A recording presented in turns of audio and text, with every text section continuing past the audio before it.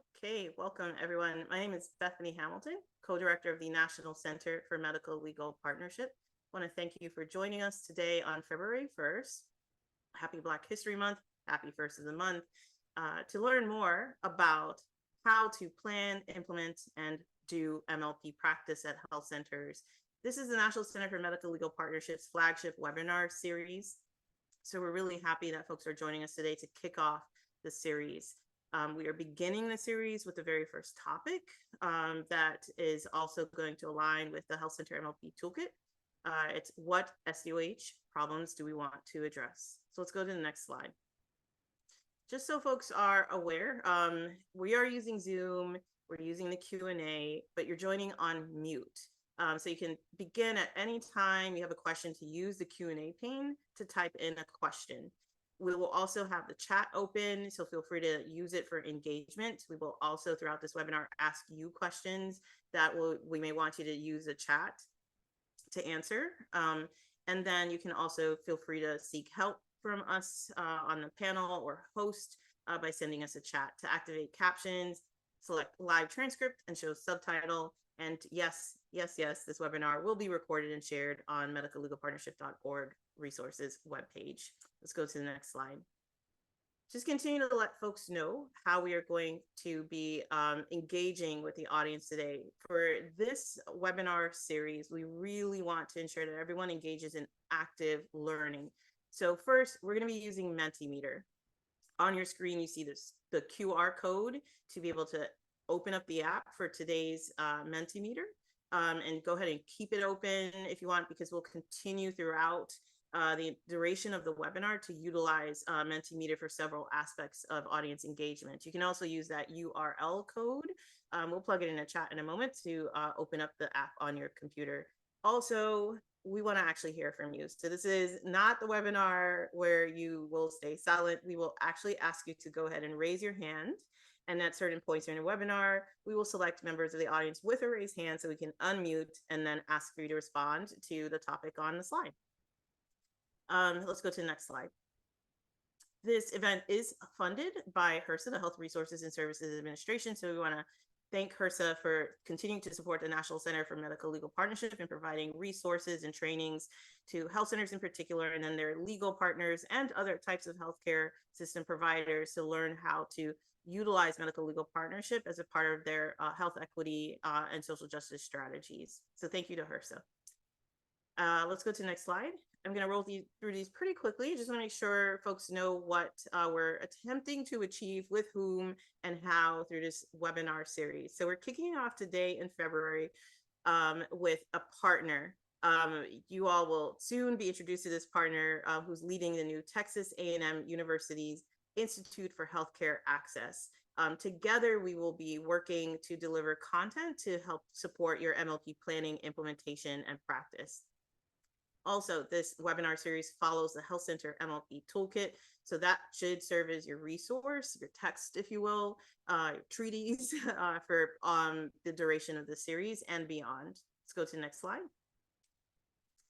Again, as I mentioned, this is an active learning webinar. So we're going to call on participants from all types of health centers, PCAs, HCCNs, and legal services organizations and provider systems to really share your insights regarding whatever topic or domain we're covering during the webinar. So please be prepared to engage. And then finally, what are we covering? As I mentioned, we're following the Health Center MLP Toolkit.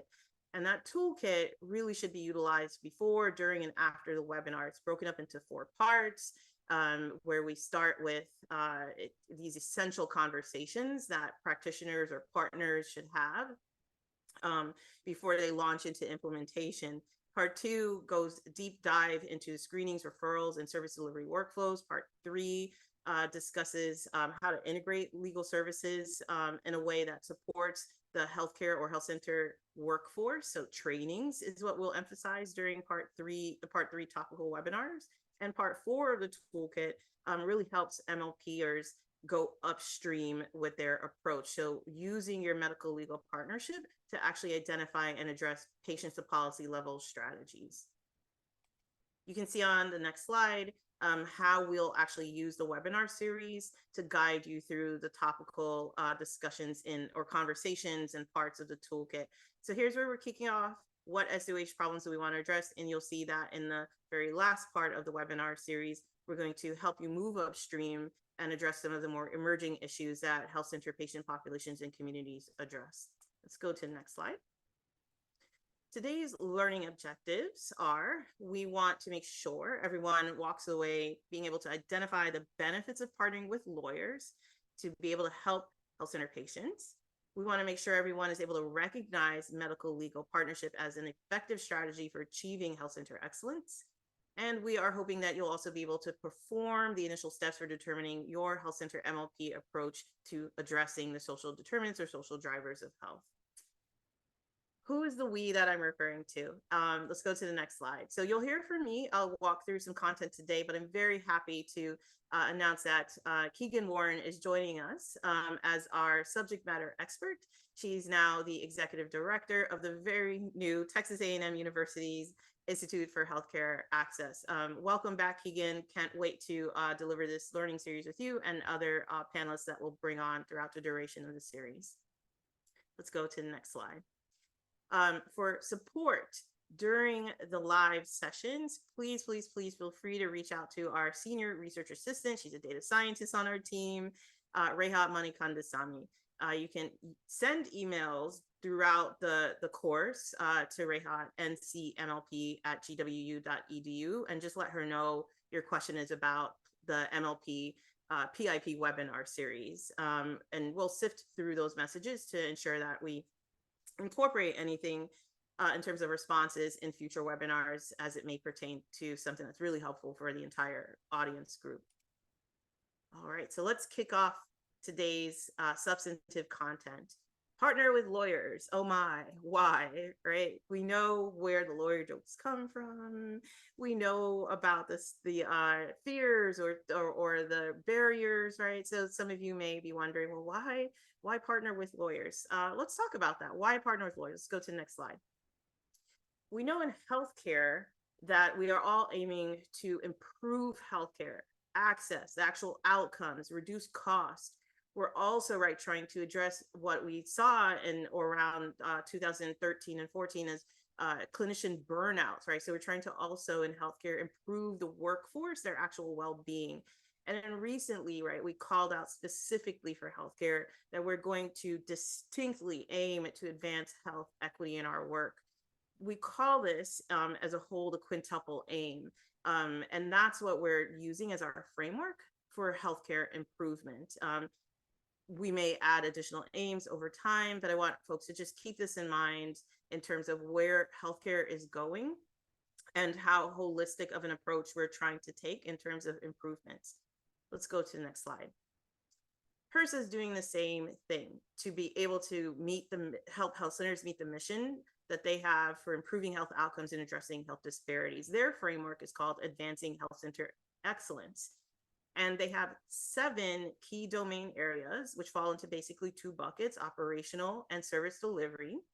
And you can see amongst those 7 domains, we are also addressing population health and social determinants of health, access and affordability to care. In the operational domains, we're also addressing the needs of the workforce and financial sustainability. So similar to the quintuple aim, but more specific to health centers. Again, we're trying to help a certain provider group have this conceptual framework and structure that promotes excellence in their model. So again, why are we talking about partnering with lawyers? Let's zoom in a little bit to the Advancing Health Center Excellence framework. And what I highlighted was the population health and social determinants of health as the domain of the framework. Just when you all pull this up using the hyperlink in the slide deck, you will be able to see that in the framework fact sheet, there are details with regard to how a health center can assess itself in each of these domains. And as an example of how to reach or health center excellence in the population health domain, you'll see community partnerships and collaborations are right there as a way to engage or meet health center excellence. And it involves engaging with those multi-sectoral collaborations to achieve health equity, for example. All right, so we're going to go to our first point of engagement. Let's begin. Folks should be either scanning that QR code or using the URL code that's now in the chat. Reha plugged it in the chat for us to start Mentimeter.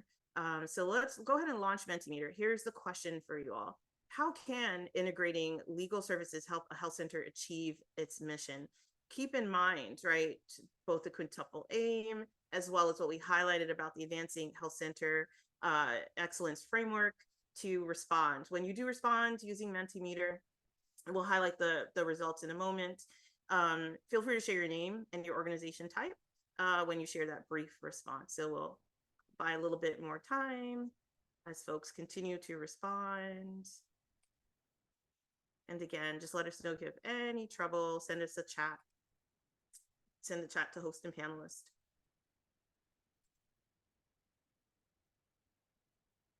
All right. Let's see what's beginning to come in.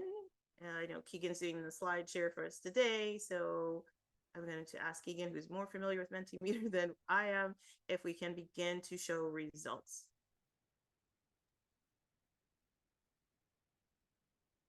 We should see comments, and feel free to break your comments up into pieces. You don't have to write a paragraph to answer all of the question. You can do it in little bite-sized snippets, and they should appear in real time.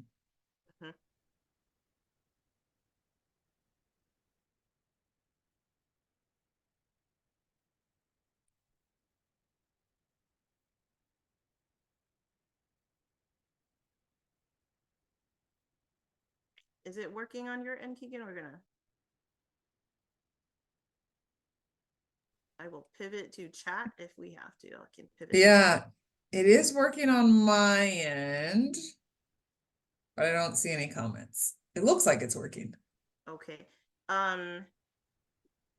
Bear with us. This is our first time trying to incorporate Mentimeter, so you all know how it works with technology. I'm going to ask folks in the audience, the chat is open. Can I get a couple of volunteers to use the chat to share what they attempted to share in Mentimeter? And I do apologize, but let's use the chat to copy and paste a couple of your responses and ideas with regard to how integrating legal services can help a health center achieve its mission. Any volunteers in the chat?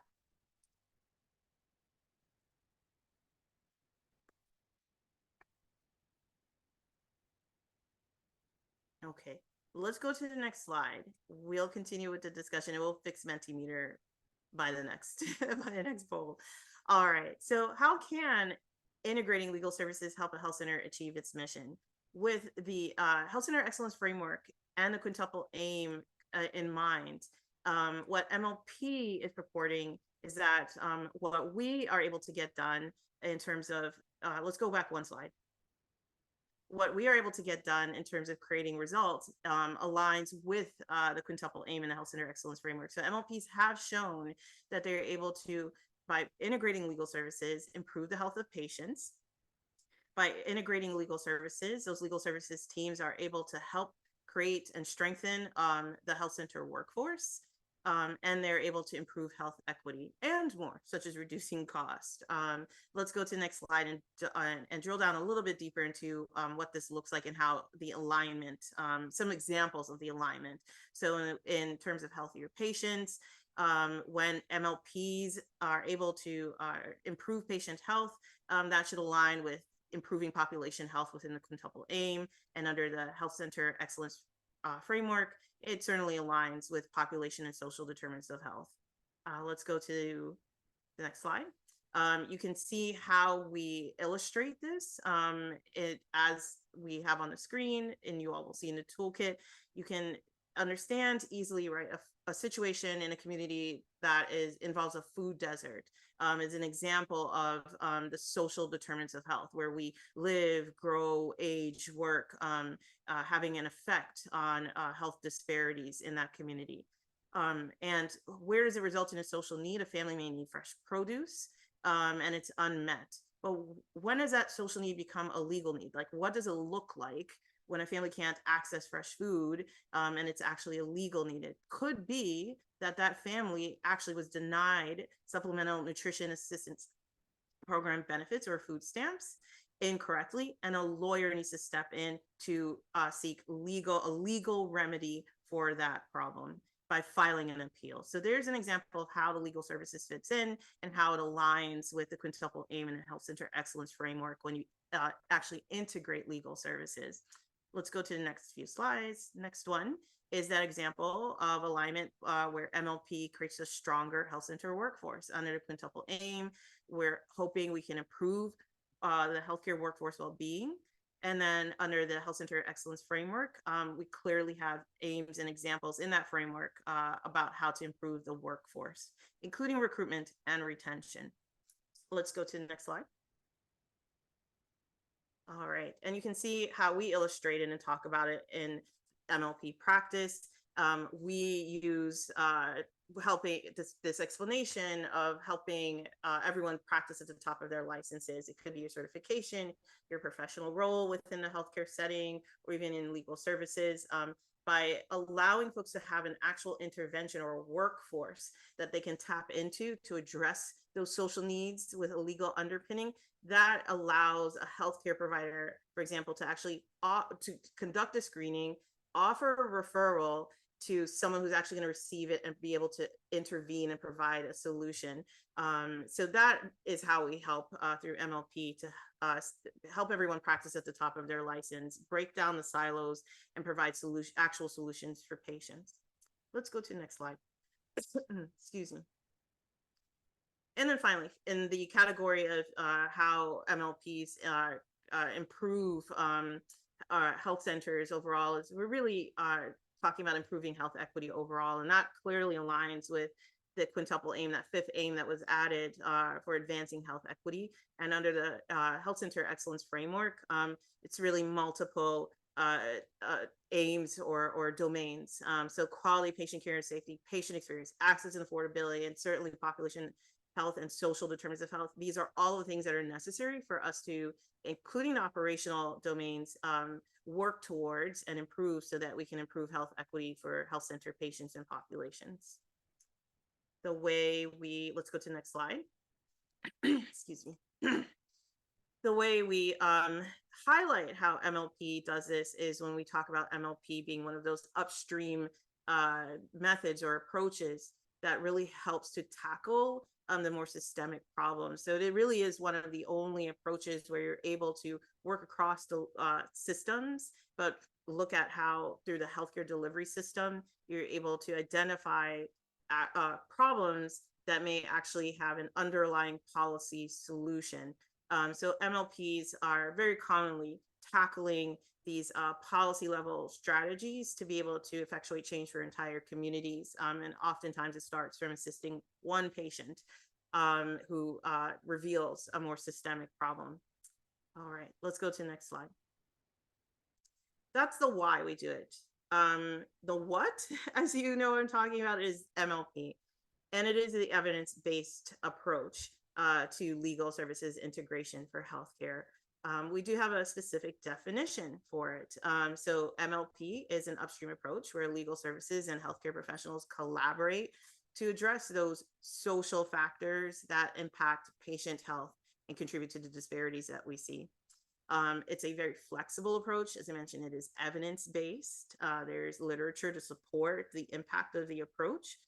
And when we talk about the approach and the integration, we really are talking about embedding lawyers as specialists, if you will, into the healthcare setting or on the healthcare team. And it's so that we can disrupt finally that cycle of returning people to those unhealthy conditions that drive up costs, reduce quality, or result in worsened health outcomes.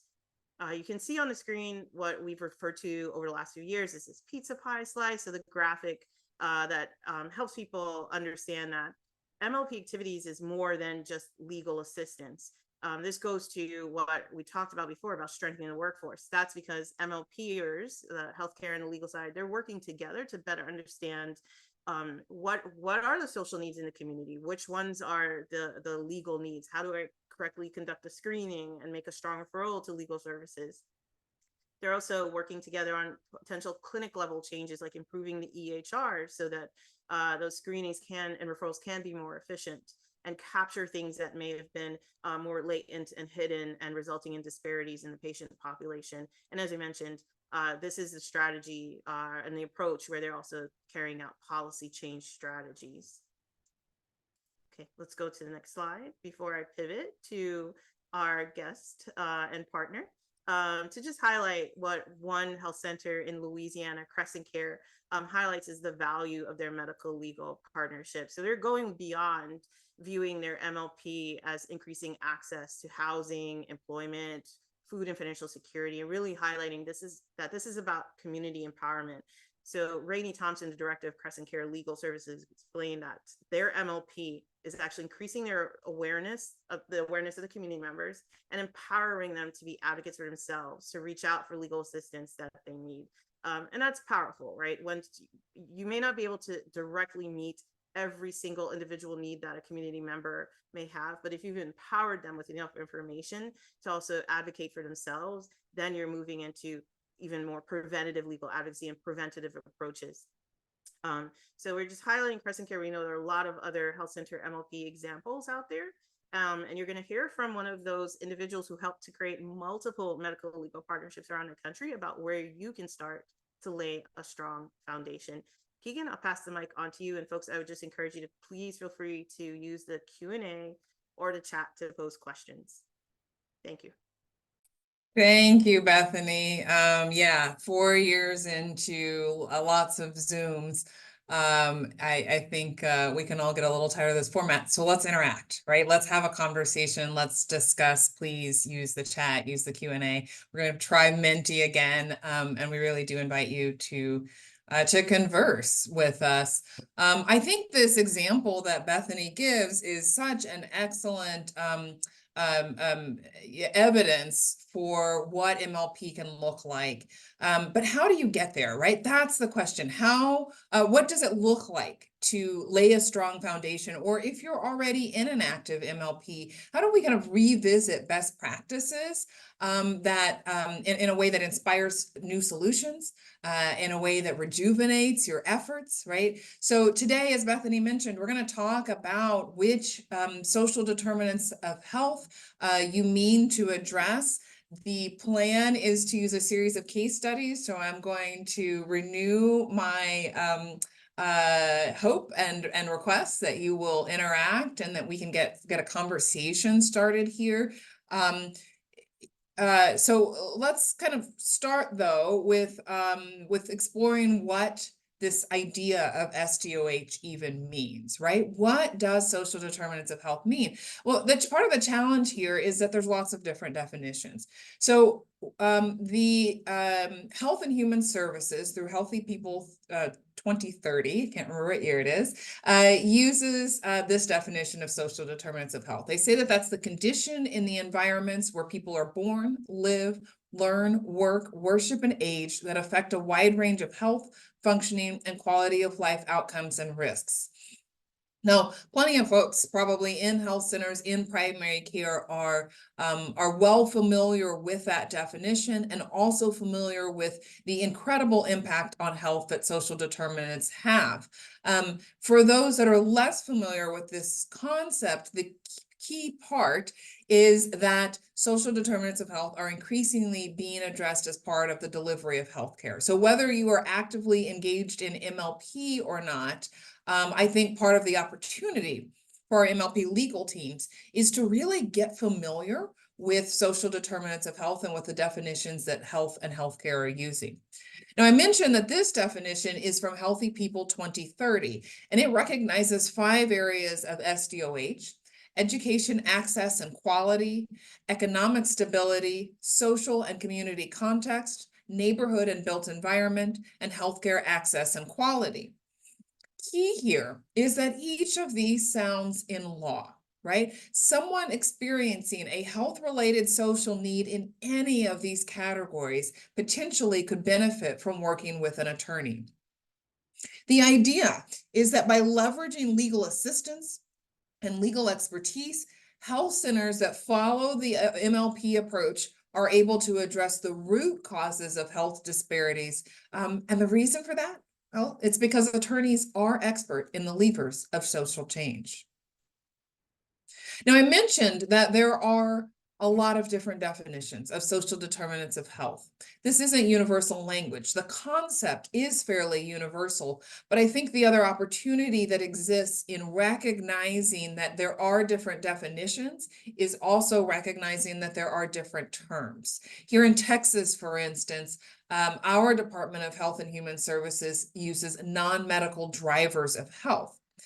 And so as you're thinking about either starting an MLP or kind of getting back to the basics of what your MLP is already doing, I think having a moment where you make sure that you are framing your work in a way that aligns with what your audience expects, right? That's really key.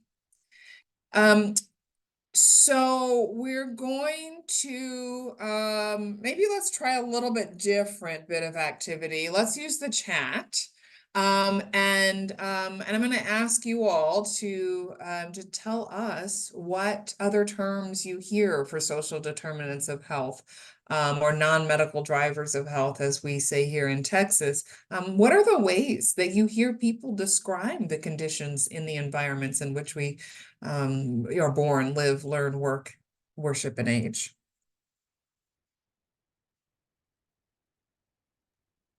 Yes. Perhaps there are other terms that you know, terms that you like, terms that you hate. Give us some feedback. How do we incorporate this into the ways that we think about medical legal partnership? Oh, these are great. Unmet social needs, absolutely. Social drivers of health, challenges facing patients, right? Sometimes we step away from that determinant language or the driver's language and use completely other language. Barriers to care, I like this, right? We're very much focused on healthcare's role, and for some audiences, that's really, really instrumental. Barriers and challenges, agree. Yeah, we've heard this. And I think if I can extemporize just a bit, you know, I'm sure some of you have heard conversation about determinants, right? Is that overly prescriptive, for instance? And thus we see the switch to drivers. Bridging the gap of barriers to care. Yeah, I like this idea of you know, people exist in one place and we have to meet them where they are. Political determinants of health. There's a fantastic book by Daniel Dawes of this title, and that really gets at linking this idea that when we were talking about the conditions in environments, that those are regulated spaces, every single one of them, whether we're talking about workplaces or schools or healthcare, right? All of these are highly regulated places, and that also means that they're potentially politicized, right? Or at least they're part of the political discourse because they're part of the legislative process. Population health, traditionally, you know, very medical, and we're thinking about this in other ways. We're going to come back to that one. Thank you for that. Safe healthcare, quality healthcare. Yeah, absolutely, right? So the point here, and thank you for that participation. The point here is absolutely that there's different ways to talk about this. And you need to frame your work where we see the kind of the greatest amount of success, the greatest buy-in is where your language aligns with what your audience expects. Okay, don't get too caught up in the terminology. That said, oh, health harming legal needs, of course, right? That's our MLP language. We are absolutely going to hear us use that. We are going to kind of summarize this as social determinants of health, as SDOH. But please recognize that we know that that there's other terms. We're not excluding any of them. We're not even saying that they're all equal in what they mean or what they connote, what they denote. But we have to have some kind of common language. So thank you for participating in that activity and kind of doing that gut check on language with me. So beyond the language of how we talk about this work, how do we narrow down what we mean, what work, what activities we're engaging in? I think we have this idea that ideally MLPs would mitigate all SDOH for all patients. But simultaneously, there are limitations, right? There's limitations related to funding. There's limitations related to capacity.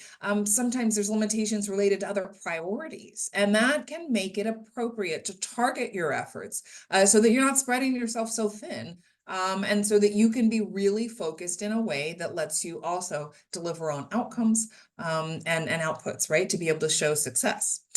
And so you might consider, for instance, whether a specific patient population may benefit. You might think about whether there's a social need that is highly prevalent. You might also think about regulation or fundings that make a particular approach more attractive.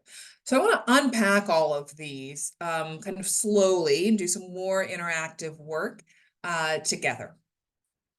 So if we're thinking about, here kind of, again, in the big picture, if we're thinking about all patients and a specific social need, you might think about, for instance, housing instability, right? Maybe your patients are frequently indicating that they are worried about losing their housing, that their housing's unhealthy, right, this can show up in any number of ways. And so your MLP legal team might say, because housing instability is not one thing, right? This shows up for different families. It shows up in different ways in different months, right? At different times of the year, different times of the month even. Maybe we're going to focus on a suite of interventions around housing, right? We're going to think about assistance with evictions. We're going to think about habitability, right? Helping people live in healthy housing. We're going to think about securing subsidies for government housing, et cetera, right? Maybe a different population or at a different clinic, different health center is food insecure. And so that MLP is going to still try to tackle all patients, but we're going to work on that one need. So we're going to think about, for instance, the ways that children living with grandparents or aunts or uncles, et cetera, right? Or other non-parental caretakers, the ways that they're able to get benefits. We want to make sure that they're not denied benefits just because of their family status, right? And so on. So the idea here, though, is that whatever the need is, that it's jointly being identified by the medical and the legal team, and that those legal interventions are responsive. And that helps us ensure that our legal interventions are also tightly connected with the identified health-related social need. A second example is on your screen in pink. So, we talked a moment ago about population health, and we see population health initiatives that target specific populations, and that works for MLP also, right? We've also seen this studied in the context of medical legal partnership in so many forms, and there is an emerging and promising evidence base that has looked at, yes, the examples on your screen, but also, children with sickle cell disease, adolescents with type 1 diabetes, adults with chronic conditions, and on and on and on, right?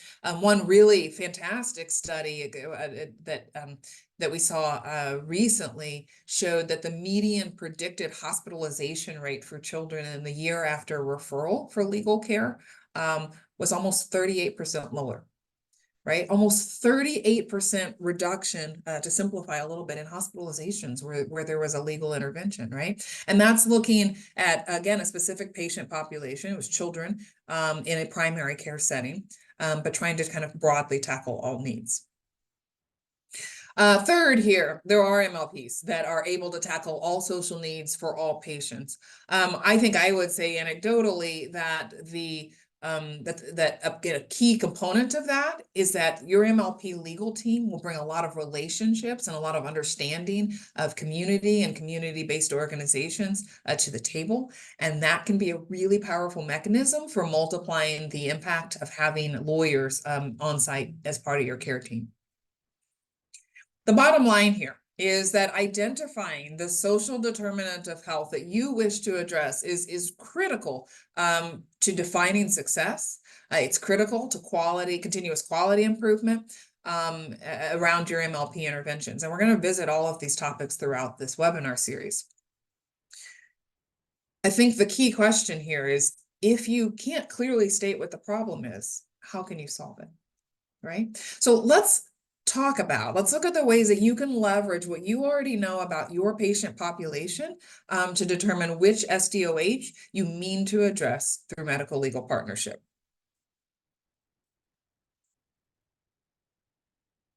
So many health centers and other healthcare entities screen for acute and chronic social needs through screening tools. These are documents or software like Prepare, like WellRx. It might be a community health needs assessment in a hospital setting, for instance. But these tools can provide vital insight into unmet needs that may be amenable to legal interventions. So we're going to try Menti again, hopefully, and then we'll look at an example, right? But tip number one is to review your current screening tools and that data. So let me ask you again, pop Menti back up. Keep your fingers crossed it works. What screening tools are your healthcare centers or your healthcare partners using? Let's see if we get, hopefully, a word cloud here.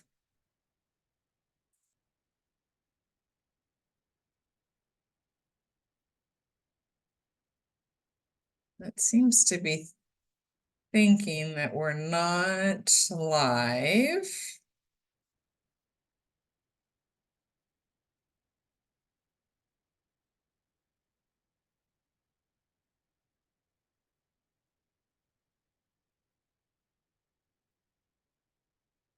We can always revert back to the chat.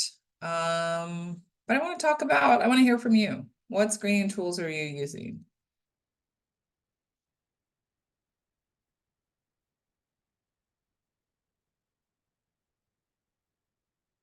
Okay, we've got iHelp, we've got Prepare.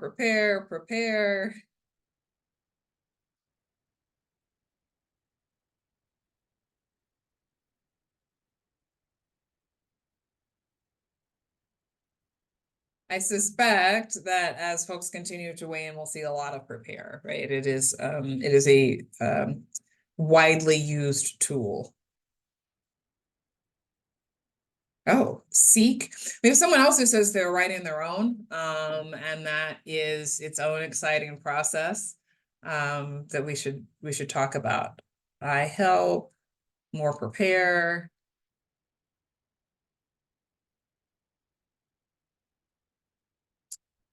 Yep, also using your own.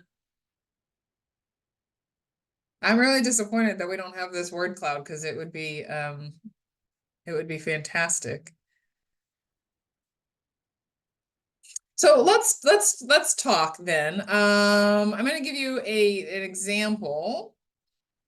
It's an example I've already kind of went through, so you're welcome to think about your own. How have you used, either using the example on the screen about housing, or maybe a different example. How have you used your screening tool to shape your MLP?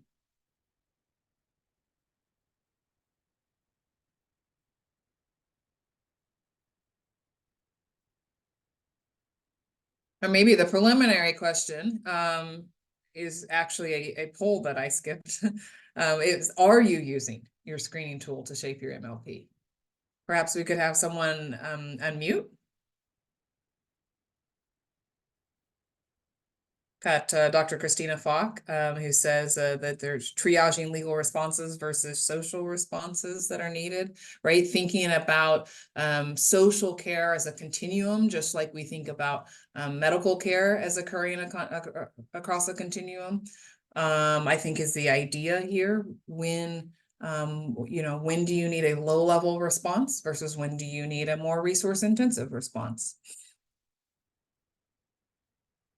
And certainly that is that's a really important lesson, I think, for MLP from health policy. Keegan, we're gonna actually launch the poll and fantastic.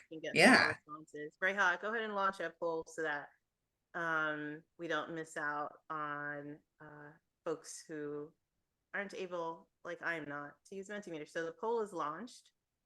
I'm so sorry, y'all.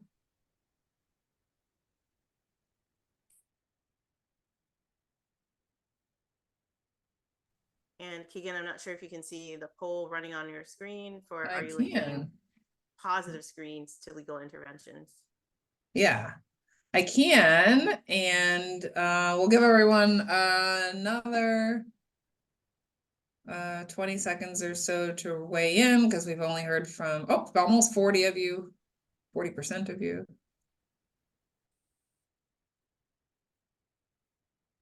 We're almost up to half. All of you with this on in the background are scrambling like, oh no, there's a poll. Scramble. Let's chat.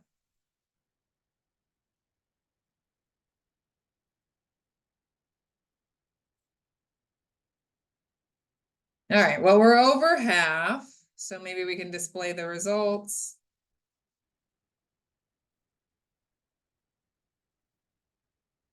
There you go. I think everyone should be able to see the results. Looks like just over half of the people who answered this question, whether you're linking positive screens to legal interventions, are in fact doing that, right?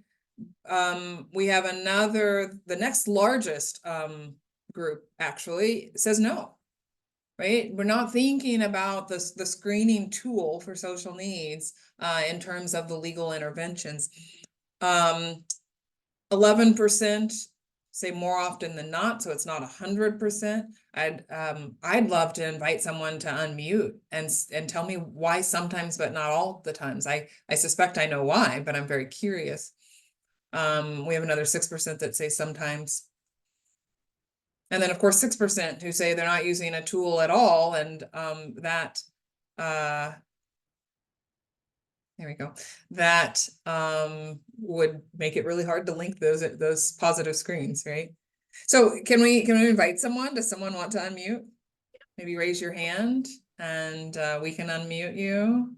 Reha, if you could help.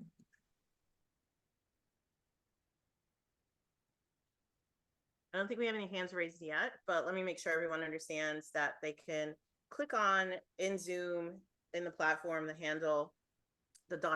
for more options to pop up, and the raise hand feature should show up. And when you raise your hand, then we'll see you if you want to offer some more information on why you answered the way you did in this particular poll about linking positive screens to legal interventions. One volunteer, one brave volunteer. Looking out for one volunteer.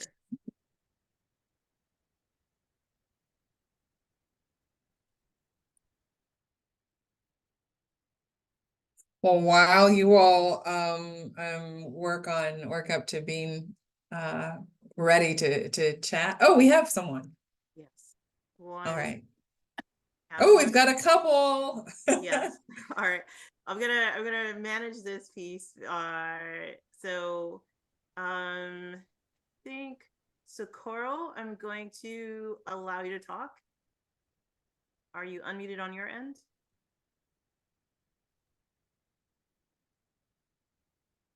Socorro. I didn't have my hand raised. Okay, hold on a second. I'll find the people who actually raise their hands. It's not. You unmuted like me. The technology is just not being our friends today. Javier, Yes, you unmuted me, Javier Caban. go for it. Go for it. We'd love to hear from you. Okay, thank you, everyone. Well, I recently been hired by Legal Services to determine if the grant they wrote for an MLP will be successful in a local healthcare clinic that tends to have mostly undocumented patients. So we're still working on the whole screening process and how will the legal services, if they'll be able to help folks who are undocumented, if their funding doesn't allow them to provide the services. So how can they be a conduit? Can they make a referral and not provide direct services? So I was up to about 4 a.m, looking at informational booklets that we have for clients and building a screening tool around those booklets, and which are also areas that the legal services can address. So that's how we're doing it. Well, that's how I plan on doing it. If everyone is on board. Okay. If not, I'll just screen them. Yeah, thank you for that. Okay. I'm right. So you're kind of drafting your own screening tool. There's another comment in the chat that suggests that there's screenings that are asking specifically about legal needs as well. I'm curious about the screening that's already happening through like the tools that we talked about in terms of Prepare and these other social needs screening tools that health centers are using. Are you thinking about those responses in terms of the MLP's work? Right? That I think, and Bethany, can I pick on you? I think that's the practice that we're trying to get at, to Encourage. suggest, yeah, that's the best practice, right? That the MLP team can help with responding to the positive screens.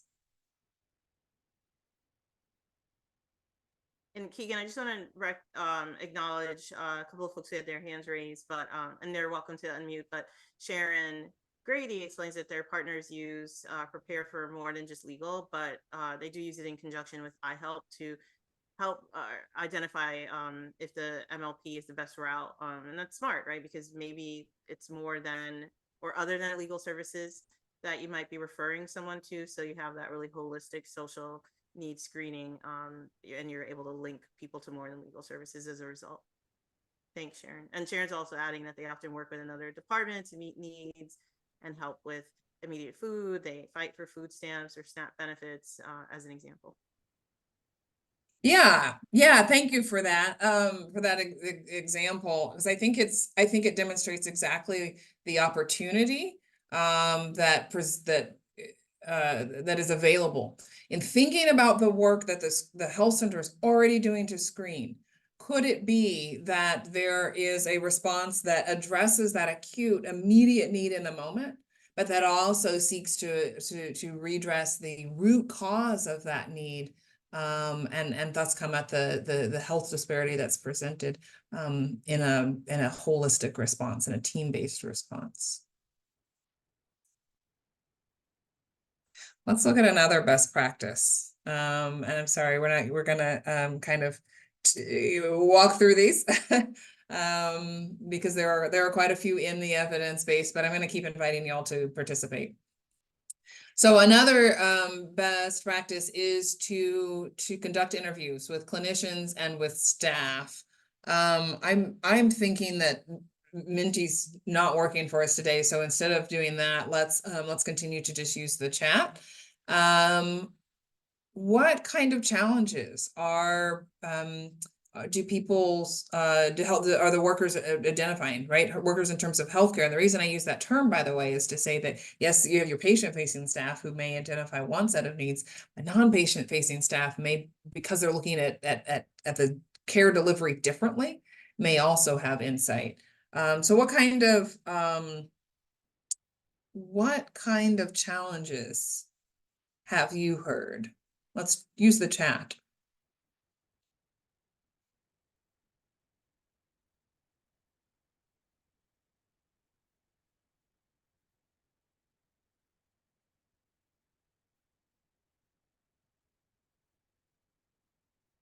Oh, limited time. Yeah, I mean, that's interesting, right? Limited time to screen. And that I think is something that shows up in a lot of different ways. It's why it's so important to think about the screening tools that are happening maybe outside that the 15 minutes or 20 minutes of the medical appointment, and how that links to legal services. And to think about the ways as well that, casual conversations happen, that someone just says, yeah, I'm really worried that I'm going to get evicted, right? I'm really worried that, my kiddo's Medicaid's been cut off, right? Those are actually screenings also. Those could trigger an opportunity for legal interventions. Challenges that patients face, but that are provider identified. We've got another comment that says housing or disability, right? Those are fairly straightforward. We've talked about housing and the ways that that can be a legal intervention. Disability is it's a legal process. It often involves going before a judge. And if you continue appealing, it means going into federal court where you do have to have a lawyer. So that one's a fairly straightforward one to link to legal interventions. People who struggle with knowledge of resources, yeah. Systems navigation is its own skill set, and I think that's an opportunity as well that our conversations that we have with our professional colleagues can help us seek to resolve. Not familiar with how legal services can help, right? We hear that really frequently. I don't know if it's a good referral. I suspect, and I won't do this in the interest of time, but I suspect a lot of folks tell their providers, don't worry about whether you're sure it's a legal issue. Just like when someone goes to see the doctor, they don't diagnose themselves and then say, here's my diagnosis, doctor, right? So same thing with legal services, or with an unmet legal need. We don't need the diagnosis up front. That's why they're going to see a professional, right? But it's definitely a good roadblock. Now this is interesting. Legal issues, no shows to the clinic help identify legal issues, right? Clients will say, oh, I can't come to my appointment because they're homeless, right? Because I don't have a house or because I don't have a car. And yeah, ding, ding, ding. That's an opportunity to intervene in a way that could help that person, right? We have another comment that says the SDOH survey, the social needs screening tool, gets addressed in the exam room, but then that's entered into a database, and that comes through a computer system, and that lets folks address needs, and that's another way for professionals to communicate. Absolutely. So bottom line here is that the conversations that you have professional to professional can be insightful in terms of understanding the opportunities for your MLP to do very focused work that will help you create the kinds of outputs that everyone expects. So again, we're going to skip that Menti. I do apologize. We'll figure that out before we try to use it again. Let's move on to the next example. The next best practice, right? Taking stock of existing priorities and capacity. So here I'm going to go ahead and skip to the example again through that Menti. Sometimes there is special funding that can be an opportunity to leverage legal expertise in meaningful ways. So one that we have seen very frequently, and I'm going to invite someone to either talk about this one or to give their own, is to think about opioid settlement funds, right? We see those going to both medical and legal organizations.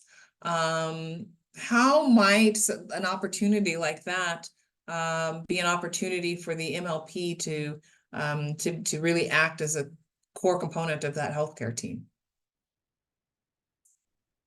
So we're going to ask ask folks to raise their hand again and maybe hear from one person. You can use this example, or if you have an example of your own, we're happy to hear that as well.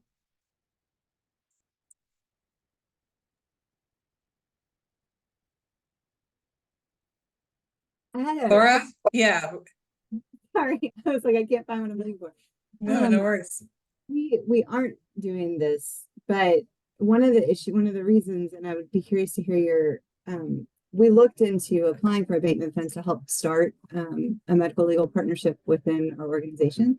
But one of the challenges was, that here in our state, the funding is intended to be used for like specifically to address individuals who are experiencing opioid use disorder or co-occurring conditions. And so my question is, how do you that goes into what we're saying about you can either take a specific population and focus on all of the needs, or we like to try to do things for all of our patients. And so how do you make that decision when you have this kind of funding, how you prioritize that? Yeah, that's an excellent question, right? Because you could take this funding and see that as an opportunity to help as many people as possible. You could do things that are much more targeted, right? Maybe if you're thinking about the impacts of opioid use disorder, what if someone is now not on taking opioids, but rather taking medications for opioid use disorder? Well, are they able to access employment? Because some employers mistakenly think that is in itself substance use disorder. We see the same thing in courts as well, right? So you can take an individual issue still, even if it's something as like daunting as the impact of opioid use disorder, and turn that into a specific set of interventions that you're able to count, that you're able to talk about in really meaningful ways. Or you can say, you know what, this whole population has this diagnosis, so we're going to help them with broadly with their unmet social needs, and presume that somewhere that's going to feed their path to a healthier state of being. Right. So in some ways it's a non-answer to say the great opportunity here is that this is a flexible design. And that you as a legal team and as a medical team have the opportunity to set those priorities and just decide which approach works for you, which approach works for your patients.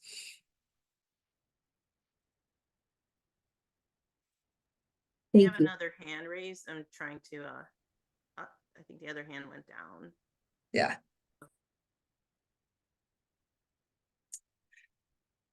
Sharon points out, Sharon Grady's an attorney as well, points out that you can also do this in reverse, right? Like sometimes you may have a special opportunity because of special funding that says we're going to work on this patient population, or we're going to work on this particular unmet social need. But it may be also that you see trends from your legal data, and that is an opportunity to go seek some funding so that you can do a more targeted approach, right? So maybe you're working across a whole population and you say, well, we need to increase our resources around X. So how do we do that? How do we multiply our capacity? What opportunities exist?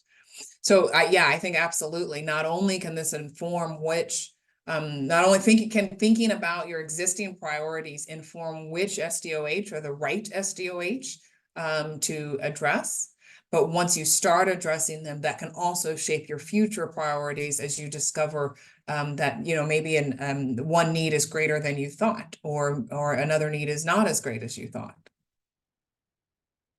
I think that's really insightful. And yes, it is absolutely another benefit to partnering.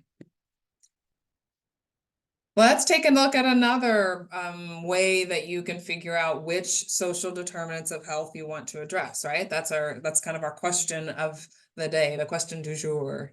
So you can also think about what your organizational requirements are around compliance or accreditation, right?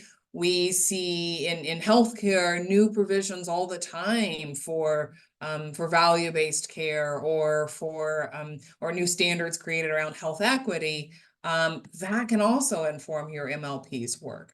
So I've given you a little bit different example here related to a Medicaid requirement. This is going to be true across the nation, but how it rolls out in each state will be distinct. So, one opportunity I see here is maybe your legal organization doesn't track this type of Medicaid regulation, right? They'll know a lot about Medicaid, to be sure. But that can create an opportunity. Are there others that you all might want to share? Are there other ways that you're looking at compliance or accreditation or regulation, and using that to shape your MLP? Using that to decide which SDOH your MLP legal team will intervene on. Yeah, I love this, right? You have Joint Commission requirements to address health equity.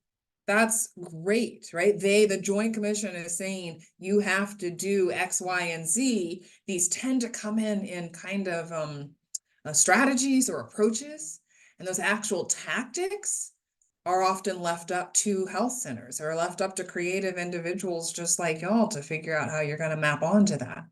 It's an amazing opportunity. And the great thing is not only can that you use that to decide which SDOH you're going to address through medical legal partnership, but also medical legal partnership in that way, right? This approach to care is actually helping the health center be compliant with a joint commission or whatever accrediting body. Incentive pay to decrease hospitalizations, right? Anytime we're in a what we call in healthcare like a pay for performance kind of scheme or a pay for success, those are opportunities to say, how do we achieve the goal that's been set out that will increase reimbursement? So let me say that a little bit differently for our legal teams who are maybe not as well versed in health policy. But the idea here is that perhaps your health care partner has a system of a reward system, right? It's often a risk-based system, sometimes upside, sometimes downside, sometimes both, that what they need to achieve certain metrics. And so the opportunity is to say, well, the metrics are this, and this particular set of MLP legal interventions or activities might tend to help us show that. It's also could be an opportunity for sustainability conversations as well, right? Because you're increasing reimbursement, which is one of the ways that shows up in the evidence that MLP has impact, right? We can think about value-based care. Value-based care is this idea, of course, that we want to move away from a volume-based system in healthcare to one that helps people live better and that helps people live longer, right? It helps people to be healthy. It's a value-based system. The way that is being defined in different regulations by different accrediting bodies creates opportunity for MLPs to demonstrate their value and to target their services. All right, let's pivot. Hopefully that makes sense. Some great examples here in the chat. Another best practice that shows up for thinking about, right, our question of the day again, which SDOH do you want to address through medical legal partnership, is to look at your EHR data. So I'm going to ask everyone to raise their hand this time if you know what Z codes are. Oh, we're getting more hands, yay. I feel like I should raise my own hand. I don't even know if I have that ability right now. I did. Keegan, yeah. I want to see everyone. I want to see a lot of hands raised here for folks who know Z codes. This is great. Yeah, so in this webinar series, we're going to talk more about data and metrics and evaluation, and Z codes is going to link to that. But it also links to this idea that you can use your EHR data, your electronic health record data, right? These are patient records to define which SDOH you're going to address through medical legal partnership. So we had at least half a dozen hands there. I'm going to assume that means other folks may not be as familiar with Z codes. So Z codes are a specific subset of medical coding that they're all SDOH.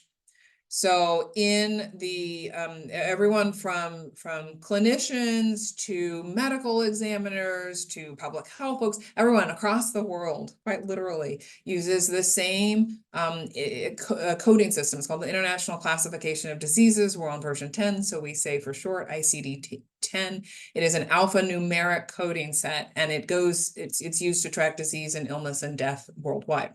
The important part of that for this conversation is that there is a subset that are numbered Z55 to Z65 that are used in the EHR to say, here's a social determinant of health present. Now, it's got some other uses that we'll talk again, we can talk about later.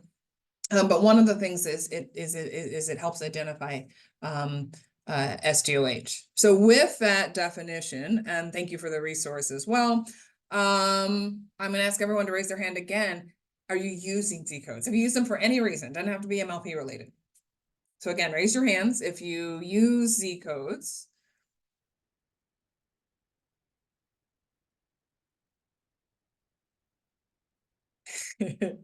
This time Bethany's not raising her hand. She doesn't use them. Fair enough. Curiously, we have more people using Z codes than know who than who raise their hand to say they know who they are. Absolutely. So one thing that's curious here is that we actually do see really low uptake of Z codes nationally. Oops, I've moved forward than I'm faster than I meant to. At least in Medicare patients, that's an easy cohort to study. But these codes can be indicative of unmet social needs, right? So that can be a way to frame the work that your MLP is going to do. I'm going to ask another question. Oh yeah, let's definitely unmute someone who's using Z codes, and I'm going to ask you a question as well, which is who can diagnose Z codes? I said these were medical codes. Sharon, love to hear from you. This is the one thing I'm not strong at. It's okay. We're here to learn. I will say we're fully integrated with our partners. So the providers actually send us their referrals directly through their medical system, directly to the legal staff. And typically they include in there the Z codes in that referral. And then what we're doing is we've integrated our legal system so that we actually transfer that Z code over to our legal system so that both systems are tracking that Z code. I think the idea is to be able to see what the intent was at the beginning and then what the outcome was at the end, and being able to then hone our Z code skills kind of based on that outcome and that data. So we have been using them usually instigated by the medical providers. Yeah, absolutely. This is amazing data collection and analysis, and hopefully answers the question in the chat, which is, will a provider share this information with a public interest law firm? Yes, they will. They're already sharing the patient's information with you to share the code that they've already had to decide anyway. Not a big deal. Now we'll talk about information sharing and how to do that responsibly later in this series, but the short answer is, as Sharon just demonstrated, sure, yeah, they can share. She also mentioned kind of honing Z code skills, and there's a really important lesson in that language, which is that anyone can diagnose a Z code, right? So in the same ways that we talked about this idea of partnership as bidirectional information sharing, is the fact that the legal team may well be more comfortable with Z codes, at least once they've learned them, right? Because these are social determinants of health. These are things like they're about housing, they're about education, they're about family status, they're about military service. They're a very specific set of codes that are about the environments in which people live, grow, work, play, worship, and age, right? They're not that dissimilar, legal team, from problem codes that you're already using. Now, so for our healthcare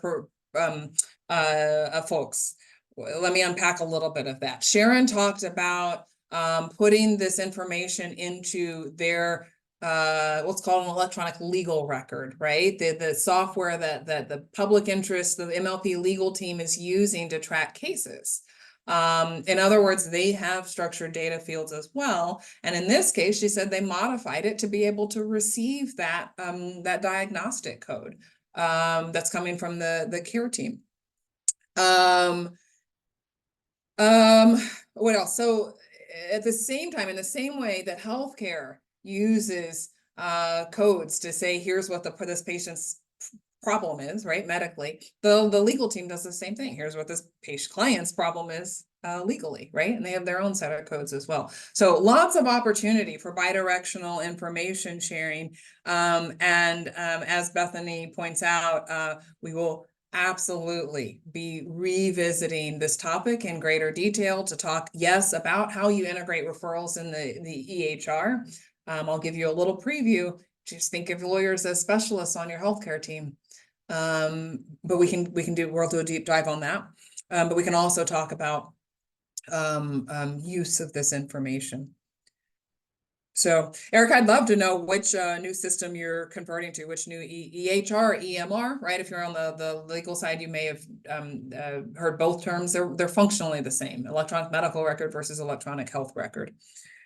Oh, Epic, yes, yeah. So totally doable there, and we can talk about that. We can talk about it in some specific terms if that's what folks are interested in. We have another comment that says Z codes are used when creating treatment plans, right? Yeah, it's a huge opportunity. The other thing is that even if you have low uptake of Z codes, which is again really common, you can still think about the other data in your EHR. I promise we come back to this notion of population health, right? This is the idea that we can take the whole patient population and kind of put them in subpopulations, right? So we could be thinking about condition, we could be thinking about disparities, we could be thinking about risk factors, treatment, demographics, insurance type, and on and on and on, and use that as a way to define which SDOH our MLP is going to target. That's also an opportunity for the MLP legal team to say, and here's to think about the work that they're doing and how they give that back to the health center to talk about impact.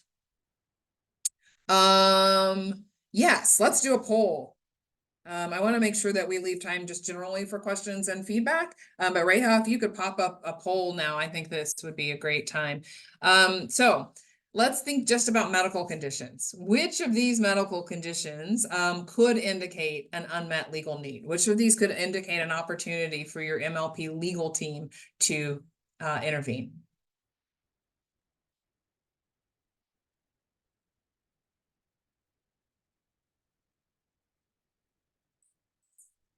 You should be able to, oh, we've got this set on single choice, so that's fine. Pick whichever one you like. We can kind of talk through them all. Yeah, folks are saying all of them in the chat. And that I will apologize for this. The idea here was a multiple choice poll. We're getting great participation. I'm excited by that. Yes, harness the power of the chat. I love it.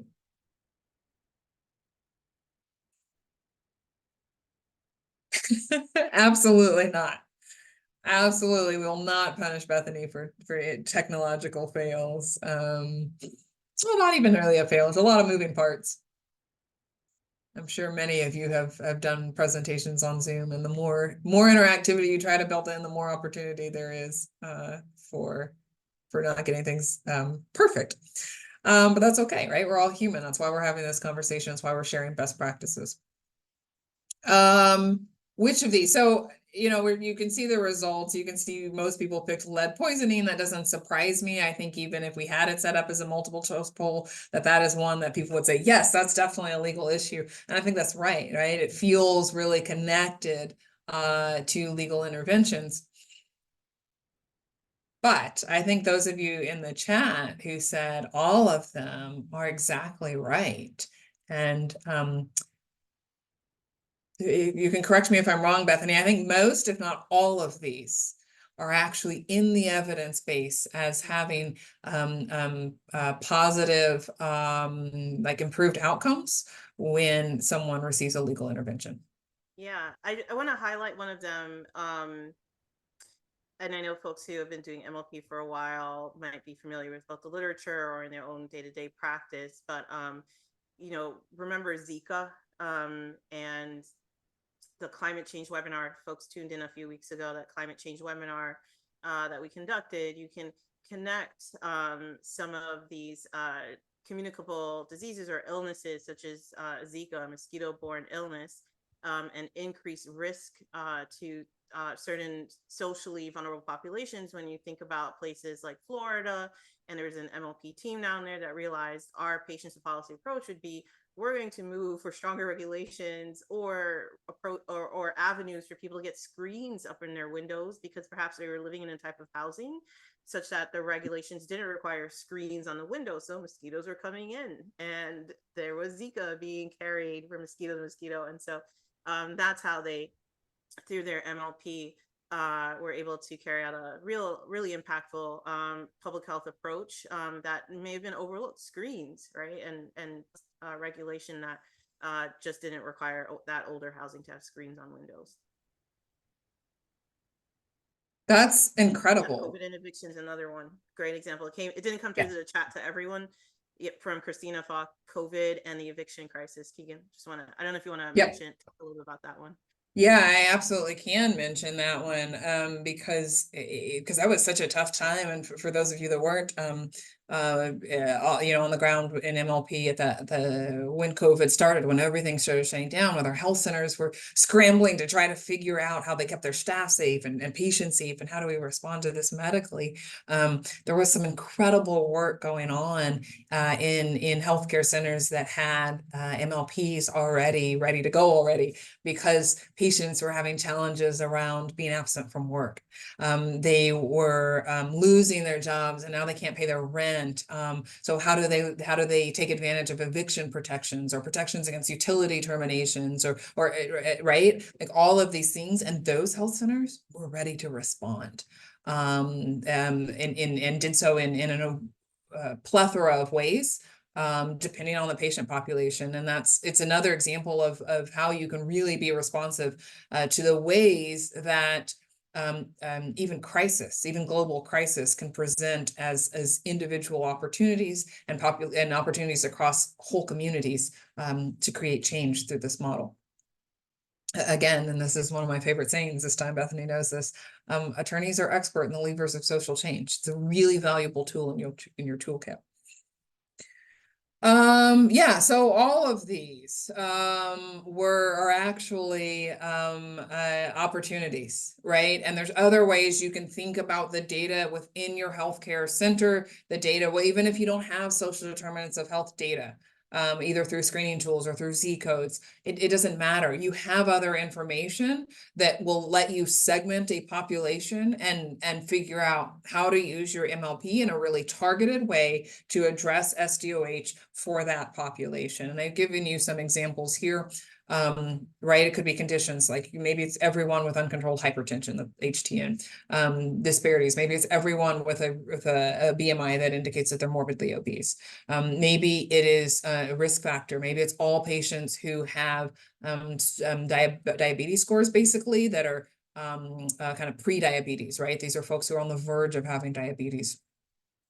Maybe it's treatment. Maybe it's all patients who are receiving medication-assisted treatment for substance use disorder. Maybe you're thinking about all your patients who are homeless. Or maybe it's based on insurance type. Maybe it's everyone, in a health center. Plenty of folks have Medicaid. Some folks have Medicare as well, but many are paying through sliding scale fee because they don't have any insurance. So maybe it's all of those populations, right? The example on your screen is one that I admit I only recently learned in working with a medical legal partnership and with helping them design their program and pulling in experts on these ties. Does anyone know what SDOH is linked with this patient population? This is kind of a way that you can look at intersections, right? So we've got an age demographic here. We have people with a particular type of background, in this case, similar nationalities, and we have a diagnosis. It's late-stage cancer. Do you know what the legal intervention might be here? This was kind of mind-blowing for me. Anyone want to try that one? Oh, we have a hand. Christina?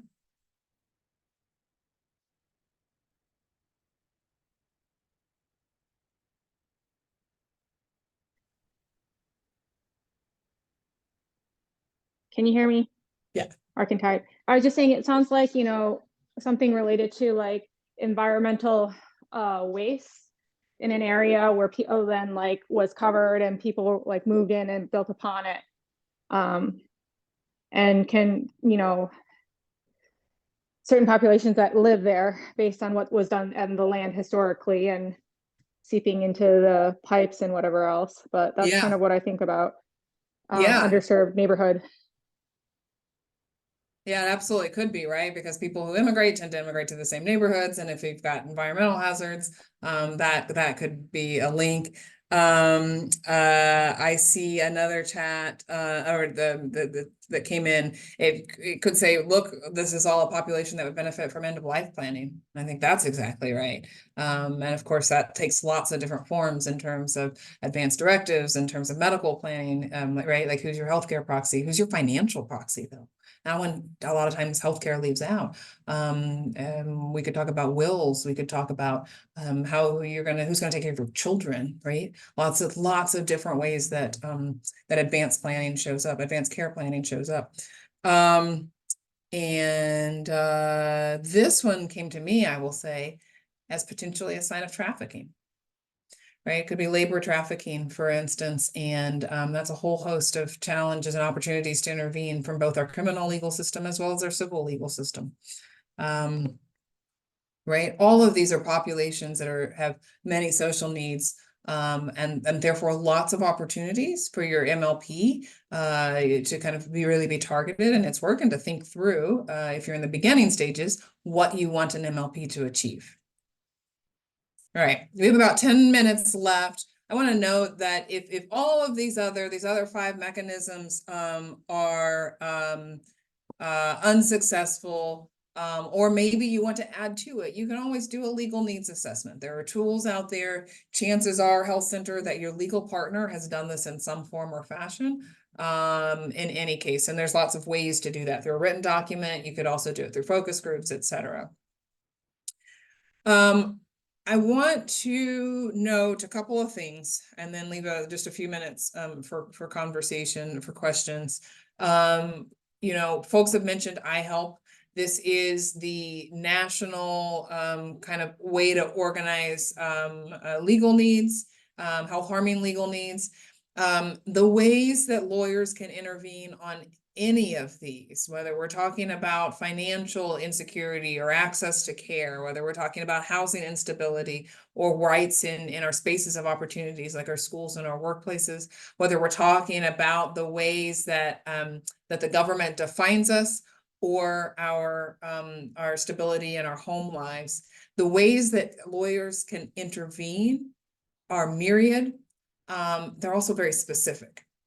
Right? These are interventions. And the important part here is that once you've figured out which SDOH you want to address, you can map that onto legal interventions. And really being clear about those linkages is a really important step in setting expectations and evaluating your efforts. Someone else has mentioned earlier that sometimes there are challenges around capacity. Right, you may have a legal organization that can't do the work that you as a health center want to have done. That's a really important conversation that should happen up front. And if you're a health center that wants to engage in medical legal partnership, that may well inform your search for the right legal organization. And as Khania pointed out, undocumented populations can be particularly tricky because of federal regulations for many legal organizations, right? Bottom line here is that you have to understand capacity, you have to understand organizational requirements on both the medical and legal side. And what we're really trying to get at is that it's critical to link the identified health-related social needs, right, with the legal interventions to set expectations and to be able to define success. Last thought. We talk about MLP a lot as though we mean only individual referrals. And that is a hugely critical opportunity that legal interventions as part of the care, the delivery of care presents, but it's not the only one, right? It may be that, you know, as Bethany pointed out earlier, MLP is a range of activities, and thus it may be that legal interventions are things, the right legal intervention for a particular SDOH that you've chosen to address is not the individual referral. Maybe it's that you need to train your providers, that the legal team needs to train the clinical team. Maybe it's that the patients would benefit from having legal clinics, and it gives you an opportunity to pull in attorneys from the community or students from the local law school or whatever, right? The bottom line here is, remember that pizza pie. MLP is a range of activities. So once you have identified what SDOH you want to address, now you got to link it to those legal interventions. And that is an incredible opportunity. So I'm going to pause there, Bethany, and turn it back over to you. Thank you so much, Keegan. Really want to thank the audience today. We were intending to engage you with lots of different types of technology to ensure that we kept engagement interesting. And so I want to thank you all for your patience, and make sure you know that we're going to get it right the next time. And then we still have other rounds to go to continue to get it right again. So bear with us, but thank you so much for joining us today. I want to highlight a couple of key resources. We will, as Reha has added to the chat, ensure that both the slides as well as the video recordings of each webinar are available on our website. But remember, the seminal resource and your textbook to guide you at your own pace through planning, implementation, improvement, and quality improvement is what I mean, and beyond, really is the Health Center MLP Toolkit. So that's hyperlinked here. And I believe we had dropped it earlier. I think Maria may have dropped a link to it in the chat. And then for anything that gets a little bit more technical, HRSA is actually there to help. So health centers are able to reach out as a part of the health center program, as well as lookalikes, to the Bureau of Primary Health Care using their contact form. That's also hyperlinked here. And there's a screenshot of some of the examples of how they break down the different topics you can reach out to them about. So when in doubt, feel free to reach out to them with any like really technical questions about the grant, the 330 grant, for example, or change in project scope, especially if you're a health center. Let's go to the next slide, because the next resource that's coming up really is the next webinar in the series. It's all about conversation number 2 in the toolkit. How many lawyers do you actually need to meet those social needs that you identified, and to be able to meet and accomplish the goals that you set for your medical legal partnership, ultimately for the patient population that's being served. So the hyperlink will soon be shared. We will, for those who checked off the box when they registered for this webinar and said, yes, they want to be auto-registered, we'll auto-register you, but we hope everyone registers and join us again on February 15th. Yes, February 15th at 1 p.m. Eastern time. And we'll try to stick to a pretty normal cadence and duration so that you can plan your day out for attending these training events. Let's go to the next slide, because this is HRSA funded, and quite frankly, no matter who funds it, we always want to hear from you to make sure this met your expectations, and we will continue to improve if it did not. Please, again, punish me for the technology fails on today's webinar. I am a tech Luddite. So click that SurveyMonkey link, and please, please, please take a moment to just let us know if this webinar training event was helpful. With that, we've reached the end of today's training webinar. In addition to thanking our audience for attending, I want to sincerely thank Keegan Warren, Executive Director of, again, the new Institute for Healthcare Access at Texas A&M, for partnering with us on this webinar series. And we will look forward to seeing everyone on the next webinar on February 15th. Take care, everyone.